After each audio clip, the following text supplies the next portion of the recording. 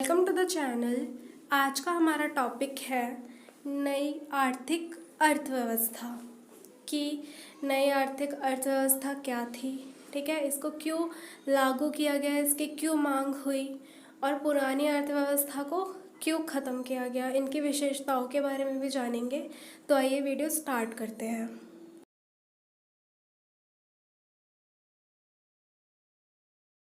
नई अंतर्राष्ट्रीय आर्थिक व्यवस्था। द्वितीय विश्व युद्ध के बाद विश्व 3 दुनिया के आधार पर बटा था।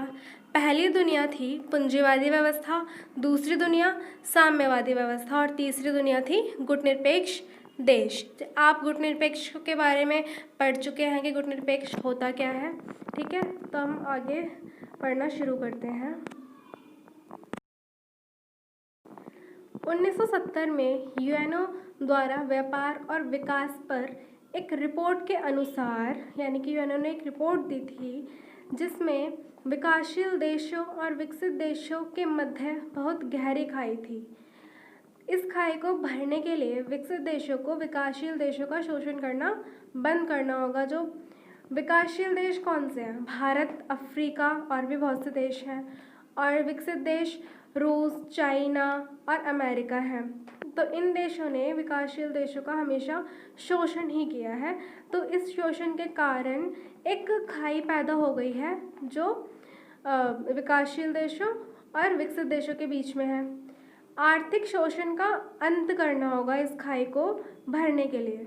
विकासशील देशों को आर्थिक व तकनीकी सहायता भी प्रदान करनी होगी विकसित देशों को। ठीक है, और कच्चे माल पर नियंत्रण भी करना होगा, यानी कि जो विकासशील देश हैं उनको अपने कच्चे माल पर नियंत्रण करना होगा, जो बाहरी बहुराष्ट्रीय कंपनियां हैं उनके प्रभाव से बचते हुए। तो जानते हैं कि नई अंतर्राष्ट्रीय अर्थव्यवस्था की मांग किन देशों ने की थी। नई अंतर्राष्ट्रीय अर्थव्यवस्था की मांग गुटनिरपेक्ष देशों ने की थी, क्योंकि जो ये देश नए नए स्वतंत्र हुए थे तो इनको अपनी आर्थिक स्थिति को सुधारने के लिए नई अंतर्राष्ट्रीय आर्थिक व्यवस्था की आवश्यकता थी। विकासशील देशों ने राजनीतिक स्वतंत्रता के साथ साथ आर्थिक स्वतंत्रता की मांग करनी भी आरंभ कर दी थी। पुरानी अर्थव्यवस्था विकसित देशों के हितों की रक्षा करती थी। जितना भी कुछ होता था पुरानी अर्थव्यवस्था में, जितना भी लाभ होता था वो विकसित देशों को ही होता था और विकासशील देशों का शोषण होता था। और जो पुरानी अर्थव्यवस्था थी वो विकासशील देशों की अवहेलना करते हुए बनाई गई थी, जिसका उद्देश्य विकसित राष्ट्रों के हितों व उनकी आवश्यकताओं को पूरा करना था। यहाँ पे विकासशील देशों के हितों के बारे में बिल्कुल भी नहीं सोचा जाता था। इसी कारण से इन आज़ाद हुए, इन स्वतंत्र हुए नए देशों ने नई आर्थिक अर्थव्यवस्था की मांग करना आरंभ कर दी थी, ताकि वे अपनी आर्थिक स्थिति को अच्छा बना सके। पुरानी व्यवस्था तर्कहीन, अन्यायपूर्ण और असंगत थी। ऐसा इसलिए था क्योंकि वो विकासशील देशों के हितों के बारे में नहीं सोचती थी, सिर्फ विकसित देशों के हितों के बारे में ही सोचती थी और उससे विकसित देशों को ही लाभ होता था और विकासशील देशों का शोषण होता था। पूर्वी देश अपनी आत्मनिर्भरता के लिए पश्चिमी देशों पर निर्भर थे। ठीक है, नई अंतर्राष्ट्रीय आर्थिक व्यवस्था ऐसे साधनों को उपाय में लाना चाहती है जिससे कि गरीब देशों के प्रति व्यक्ति आय में वृद्धि हो सके, यानी कि जो गरीब देश हैं उसमें हर एक व्यक्ति की आय जो है, एक सैलरी होती है, उसमें वृद्धि हो सके। जो पश्चिमी देश थे वो पूर्वी देशों का फ़ायदा कैसे उठाते थे? जैसे कि भारत पर ब्रिटिशों ने राज किया, ब्रिटिशों ने शासन किया, तो वो यहाँ से भारत के जो कच्चा माल होता था वो सस्ते दामों पे ले जाके भारी दामों पे बेच दिया करते थे, जिससे भारत को तो नुकसान होता था और जो अंग्रेज़ थे वो लाभ उठाते थे। तो यही व्यवस्था थी जो पुरानी अर्थव्यवस्था में भी पाई जाती थी। इसी वजह से नई अंतर्राष्ट्रीय अर्थव्यवस्था की मांग आरंभ हुई थी। नई अंतर्राष्ट्रीय आर्थिक अर्थव्यवस्था का मूल्यांकन। द्वितीय विश्व युद्ध के बाद, यानी कि 1945 के बाद साम्राज्यवाद व उपनिवेशवाद का पतन होना आरंभ हो गया था। साम्राज्यवादी व औपनिवेशिक शक्तियों की पकड़ अपने उपनिवेशों पर ढीली पड़ने लगी थी। क्योंकि साम्राज्यवादी शक्तियाँ ब्रिटेन, फ्रांस, जर्मनी, बेल्जियम आदि इस स्थिति में नहीं थे कि वह अपने उपनिवेशों पर अपना कब्जा जमा सके।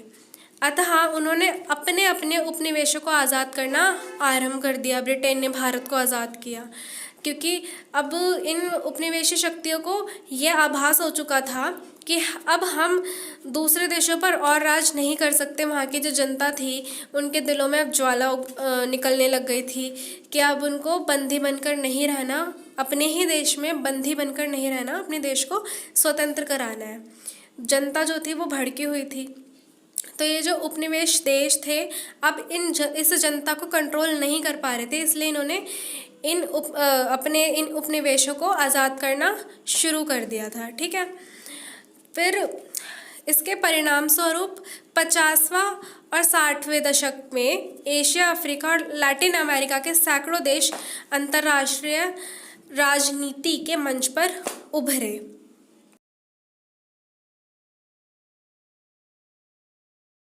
इससे पहले सदियों तक यूरोपीय देशों ने इन क्षेत्रों पर अपना नियंत्रण बनाए रखा था तथा इनका शोषण किया था, यानी कि अपने उपनिवेशों का शोषण किया था। इसमें भारत, अफ्रीका और भी कई देश शामिल हैं तथा इस शोषण से अपने देशों का भरण पोषण किया था। नव स्वतंत्र विकासशील देशों को अपनी आर्थिक व्यवस्था के विकास के लिए विकसित देशों की मदद की आवश्यकता थी। जो विकासशील देश थे वो इतने अच्छे, मतलब इतनी अच्छी उनकी आर्थिक व्यवस्था नहीं थी कि वो अपना विकास अकेले ही कर पाए, इसलिए उनको विकसित देशों की आवश्यकता थी ताकि वो उनकी मदद कर सकें। गुटनिरपेक्ष आंदोलन तथा तीसरे विश्व के देशों ने पुरानी विश्व अर्थव्यवस्था को समाप्त करके नई अंतर्राष्ट्रीय अर्थव्यवस्था के जन्म तथा स्थापना को प्रोत्साहित किया। जो नई अंतर्राष्ट्रीय अर्थव्यवस्था थी वो दोनों देशों के हितों के बारे में सोचती थी, ना कि किसी एक देश के हित के बारे में। ठीक है, तो जो पुरानी अर्थव्यवस्था थी उसको समाप्त कर दिया गया था क्योंकि गुटनिरपेक्ष आंदोलन तथा और भी अन्य देशों ने नई अंतर्राष्ट्रीय आर्थिक व्यवस्था की स्थापना के लिए इस पर जोर दिया था। 70 के दशक में इन विकासशील देशों ने राजनीतिक स्वतंत्रता के साथ साथ आर्थिक स्वतंत्रता की मांग भी आरंभ कर दी थी कि ये देश स्वतंत्र तो हो गए थे लेकिन जो इनकी आर्थिक स्थिति थी वो बहुत ख़राब थी। तो इसलिए इन्होंने अपनी आर्थिक स्थिति को सुधारने के लिए नई अंतर्राष्ट्रीय अर्थव्यवस्था की मांग करना आरंभ करी और परिणाम स्वरूप एक नई अवधारणा, नई अंतर्राष्ट्रीय अर्थव्यवस्था का प्रचलन हुआ। यह 70 के दशक में अंतर्राष्ट्रीय संबंधों में एक मुख्य विषय बन गया था।